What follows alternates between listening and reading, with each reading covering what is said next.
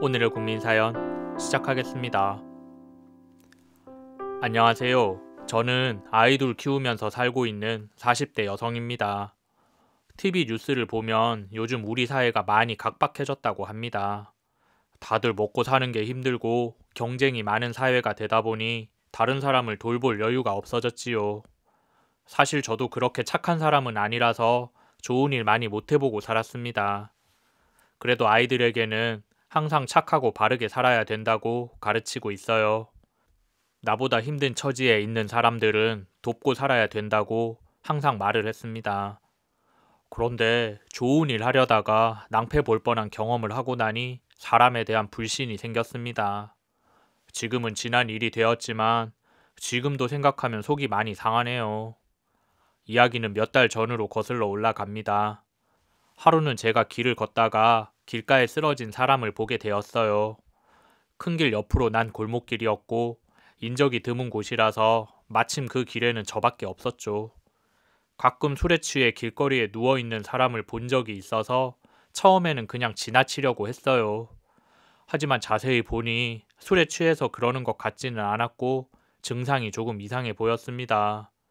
쓰러진 사람은 60대 정도 되어 보이는 남성분이셨어요. 일단 저는 다가가서 그 사람을 불러보았죠. 아저씨, 제 말 들리세요? 정신 좀 차려보세요. 그러자 그 사람이 눈을 뜨고 저를 보며 말을 하려고 하는데 뭔가 발음이 어눌하게 들렸습니다. 뭐라고 하는지 알아들을 수가 없었고 눈동자는 초점 없이 멀리 향해 있었어요. 겨우 알아들은 말은 어지럽다는 말이었죠. 몸에 마비가 왔는지 한쪽 팔다리가 뻣뻣해져 있었습니다. 순간 저는 돌아가신 아빠 생각이 났어요. 아빠가 뇌졸중으로 돌아가셨는데 눈앞에 있는 남자의 증상이 돌아가시기 전 아빠의 상태랑 비슷해 보였거든요. 다급해진 전 119에 전화를 걸어 구급차를 불렀습니다. 출동한 대원에게 아무래도 뇌졸중 증상 같다고 말씀을 드렸어요. 뇌졸중은 증상이 나타나고 나서 3시간이 가장 중요하다고 하는데 시간이 많이 지체되었을까봐 걱정이 되었습니다. 저희 아빠는 3시간의 골든타임을 놓쳐서 결국 돌아가셨거든요. 암튼 그 아저씨는 구급차에 실려서 병원 응급실로 갔습니다. 구급대원은 출발하기 전에 제 연락처를 묻더군요. 그리고 빠른 대처에 감사하다고 했습니다. 인사를 들으니 저도 좋은 일을 한 것 같아서 기분이 좋더군요. 집에 와서 남편에게 말했더니 좋은 일 한 거라며 칭찬을 해주더군요. 요즘 길가에 쓰러진 사람 봐도 그냥 지나치는 사람들 많은데 당신 정말 큰일 한 거야. 별일 아니라고 해도 그렇게 행동하기가 쉽지 않거든. 당신이 오늘 사람 하나 살린 거라고. 그렇게 말하면서 아이들에게 엄마가 오늘 정말 좋은 일 했다고 자랑을 하더군요. 남편의 호들갑에 그만하라고 했지만 내심 기분은 좋더군요. 그런데 좋은 기분은 하루 만에 깨지고 말았습니다. 그 일이 있고 난 다음 날 낯선 번호로 전화가 와서 받아보았더니 웬 여자의 목소리가 들렸어요. 목소리로 봐서는 저랑 비슷한 나이 또래 같았는데 말투에 가시가 돋쳐 있었습니다. 그 사람은 자기가 어제 길거리에 쓰러져 있던 남자의 딸이라고 하더군요.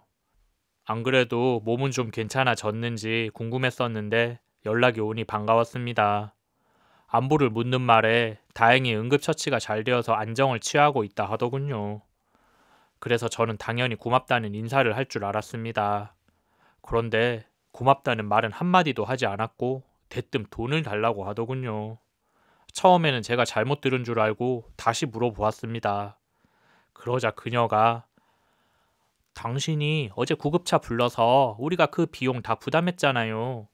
구급차는 그쪽이 불렀으니까 당연히 비용은 그쪽이 내셔야죠. 라고 하더군요. 정말 황당한 말이었습니다. 그래서 제가 그게 무슨 소리예요? 당장이라도 병원에 가야 될 것 같아서 부른 거였고 다른 방법이 없었어요. 내가 타고 간 것도 아니고 그쪽 아버님 때문에 부른 건데 그 돈을 내가 왜 내야 하나요? 라고 대답했습니다. 그러자 그녀가 버럭 화를 내더군요.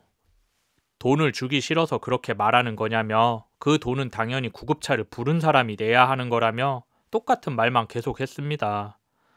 그렇게 말하니 저도 화가 나더군요. 세상에 그런 말이 어디 있어요. 그렇게 나올 줄 알았으면 길에 쓰러진 사람 보고도 못 본 척하고 그냥 지나갈 걸 그랬네요. 그러자 그녀가 무슨 말씀을 그렇게 심하게 하세요? 지금 그 말은 우리 아빠 죽이겠다는 말과 똑같은 거죠? 그거 살인죄예요.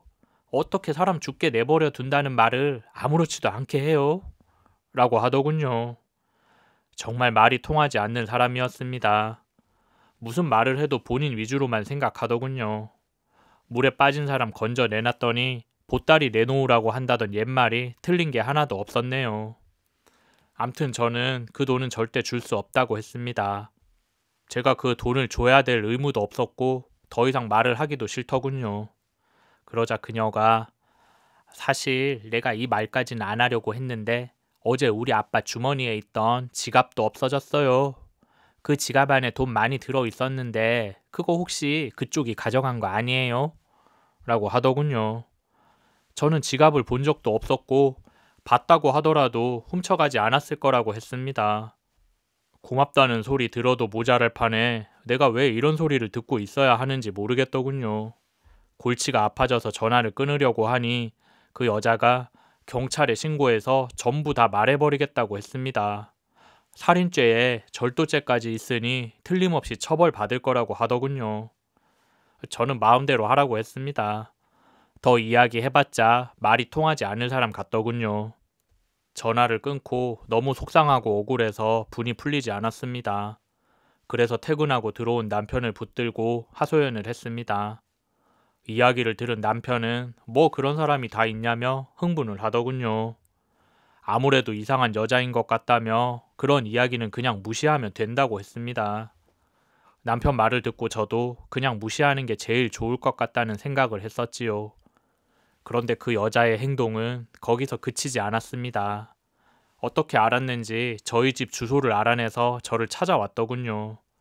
아무도 없는 낮 시간에 누가 벨을 눌러서 나가봤더니 어떤 아줌마가 있었는데 얼마 전에 통화한 바로 그 여자였어요. 잡아먹을 듯이 저를 노려보면서 돈을 내놓으라고 하더군요. 저는 온몸에 소름이 끼쳤습니다. 이게 지금 뭐하는 짓이냐며 당장 돌아가라고 소리를 쳤죠. 그 여자는 문을 닫아버리고 난 후에도 한참을 현관문 앞에 서 있다가 돌아갔습니다. 그리고 한동안은 전화도 오지 않았고 찾아오지도 않더군요. 하지만 포기한 게 아니었습니다. 시간이 지나서 잊을만 하니까 다시 집 근처에 나타나서 저를 불러 세우더군요. 그리고 똑같은 말을 반복했습니다. 돈을 내놓으라고, 안 그러면 경찰에 신고할 거라고 그 말만 계속 하더군요. 그리고 며칠 후에는 아이가 다니는 학교 앞에도 그 여자가 나타났습니다. 아이를 데리러 학교 앞에 갔다가 그 여자를 보고 기겁을 했었네요. 아무래도 그동안 숨어서 계속 저를 따라다닌 모양이에요. 돈 몇 푼 받겠다고 저렇게까지 하나 싶었습니다. 도저히 참을 수 없게 된 저는 경찰서에 가서 신고를 했습니다. 제 이야기를 들은 경찰은 상황은 다 이해하지만 특별히 해줄 수 있는 건 없다고 하더군요. 그 여자에게 경고는 하겠지만 그 이상 처벌을 할 방법이 없다고 했습니다. 단순히 따라다니기만 한 거고 특별히 범죄적인 행위를 한 게 아니라서 법적으로 처벌하기는 힘들다고 하더군요. 대신 집이랑 학교 주변 순찰을 자주 돌겠다고 약속했습니다. 그날 이후 그 여자는 조금 잠잠해지더군요. 경찰이 자주 와서 순찰을 도니 집이나 학교로 찾아오는 일은 없었습니다. 대신 잊을만 하면 전화가 걸려와서 협박을 하더군요. 전화번호를 차단시켜 놓으면 다른 번호로 전화를 해서 똑같은 말을 반복했습니다.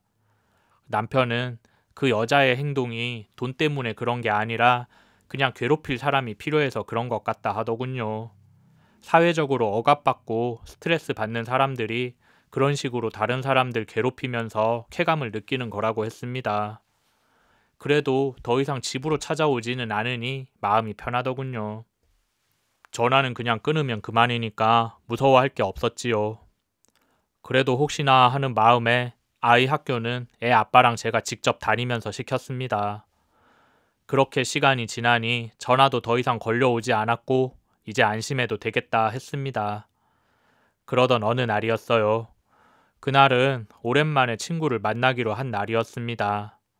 여고 동창인 그 친구는 우리들 사이에서 가장 성공한 동창으로 소문이 나 있었죠. 학생 때도 배포가 남달라서 여장군이라고 불렀었는데 졸업 후에 자수성가하여 지금은 아주 큰 부자가 되었습니다. 직접 개발한 건강기능식품 사업으로 대박을 쳐서 지금은 중소기업 규모의 회사를 운영하고 있었지요. 돈을 많이 벌었지만 거만을 떨지 않았고 친구들에게도 언제나 한결같이 대해주는 성격이었습니다. 돈보다 친구가 더 좋다고 하더군요. 암튼 그 친구가 오랜만에 얼굴 한번 보자고 연락이 왔었고 약속한 커피숍에 갔습니다. 그런데 친구가 저에게 미안하다면서 누군가를 만나야 하니 잠시만 자리를 비켜달라 하더군요. 얼마 전에 직원이 회사 돈을 몰래 빼돌리는 사고를 크게 쳐서 자체적으로 수습하고 직원을 해고시켰는데 그 직원의 아내 되는 사람이 막무가내로 찾아왔다고 하더군요. 오래 걸리지 않을 테니 다른 테이블에서 차를 마시고 있으면 용건을 끝내고 둘이 이야기하자 했습니다. 그래서 저는 조금 떨어진 곳에서 친구를 지켜보았죠. 잠시 후 누군가가 와서 친구 앞에 마주 앉았는데 그 사람의 얼굴을 보고 저는 깜짝 놀래버렸습니다. 얼마 전까지 제게 찾아와서 돈을 내놓으라고 협박하던 바로 그 여자였거든요. 그 여자는 친구 앞에서 굽신굽신 거리면서 쩔쩔매고 있었습니다. 남편을 회사에 복직시켜 달라고 부탁하러 온 것 같더군요. 그 여자의 얼굴을 보자 저는 얼마 전에 있었던 일들이 떠올랐습니다. 그땐 정말 불안감에 잠도 잘 못 잤고 아이가 어떻게 될까봐 두려워서 하루도 마음 편했던 적이 없었어요. 지금도 전화벨이 울리거나 밖에서 누가 문을 두드리면 깜짝깜짝 놀라곤 한답니다. 그때의 기억들이 떠올라서 그 여자에게 나도 똑같이 해줘야겠다는 생각이 들더군요. 일단 전 친구에게 문자를 해서 저를 모른 척 해달라고 했습니다. 그리고 자리에서 일어나 그 여자 앞으로 다가갔죠. 혼자 커피숍에 왔다가 우연히 마주친 것처럼 행동했습니다. 그 여자는 제 얼굴을 보더니 갑자기 벌떡 일어나 저를 잡아먹을 듯이 노려보더군요. 그러면서 여기에 웬일로 왔냐며 빨리 내 돈 내놓으라고 소리를 쳤습니다. 저는 가만히 서서 듣고만 있었죠. 내가 무시하자 그 여자는 사람들한테 들으라는 듯이 여기에 도둑년이 있다고, 이 도둑년이 우리 아빠를 죽이려고 했다고 고래고래 소리를 지르더군요. 그러거나 말거나 저는 대꾸하지 않았고 아무렇지도 않은 표정으로 친구에게 다가가서 다정하게 말을 걸었습니다. 그걸 본 그 여자가 할 말을 잃은 채 입을 딱 벌리고 있더군요. 상황을 지켜본 친구도 무슨 일인지 눈치를 챈 것 같았습니다. 제가 일전에 그 여자 이야기를 들려준 적이 있었거든요. 얼굴은 몰랐지만 그런 여자가 있었다는 사실을 친구는 알고 있었고 지금 상황으로 그 여자가 눈앞의 여자라는 것을 알게 되었습니다. 제가 친구에게 다가가서 다정하게 말을 걸자 그 여자는 갑자기 무릎을 꿇고 싹싹 빌더군요. 조금 전까지의 모습은 온데간데 없고 한 번만 용서해달라고 비굴하게 굴더군요. 남편이 복직하지 못하면 온 식구들이 길거리에 나앉게 생겼다고 선처를 부탁한다 했습니다. 그러자 친구가 사실은 제가 그렇게 모진 사람이 못 되어서 복직 생각해보려고 했습니다. 그런데 내 친구한테 하는 걸 보니 안 되겠네요. 남편한테 가서 복직은 꿈도 꾸지 말라고 전하세요. 그리고 공금 횡령으로 회사에서 소송 걸 테니까 준비하라고 하세요. 라고 하더군요. 원래는 해고만 하고 소송까지는 진행하지 않았는데 저 때문에 마음이 바뀌었다고 했습니다. 친구의 말에 그 여자는 땅을 치면서 통곡을 하더군요. 제 친구는 혹시라도 이후에 그 사람들이 괴롭히거나 하면 얘기를 하라 했습니다. 자기가 할 수 있는 방법을 전부 동원해서 안전하게 지켜주겠다고 하더군요. 정말 든든한 친구를 두었다고 생각했습니다. 다행히 그날 이후 그 여자에게서 더 이상 연락은 오지 않더군요. 듣기로는 가정 형편이 어려워져서 멀리 시골로 내려갔다 했습니다. 그런 일들을 겪고 나서 저는 가치관이 많이 달라져 버렸어요. 이제는 길에 쓰러진 사람을 봐도 선뜻 도와주지 못하겠더라고요. 이래서 사람들이 서로를 믿지 못하고 사는구나 생각했죠.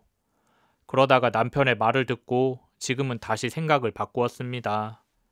남편은 서로 믿지 못하는 때일수록 먼저 마음을 열고 돕고 살아야 된다고 생각해. 언젠가 우리도 누군가에게 도움 받을 수 있는 거잖아. 내가 먼저 시작하면 분명히 더 좋은 세상이 될 수 있을 거야. 라고 했습니다. 그 말대로 저는 다시 한번 사람들을 믿어보려고 노력하고 있어요. 저부터 노력하면 제 아이들이 살게 될 미래에는 더 좋은 날들이 올 것 같습니다. 이야기는 여기서 마칠게요. 여러분들 모두에게 행복한 하루가 되길 바라겠습니다.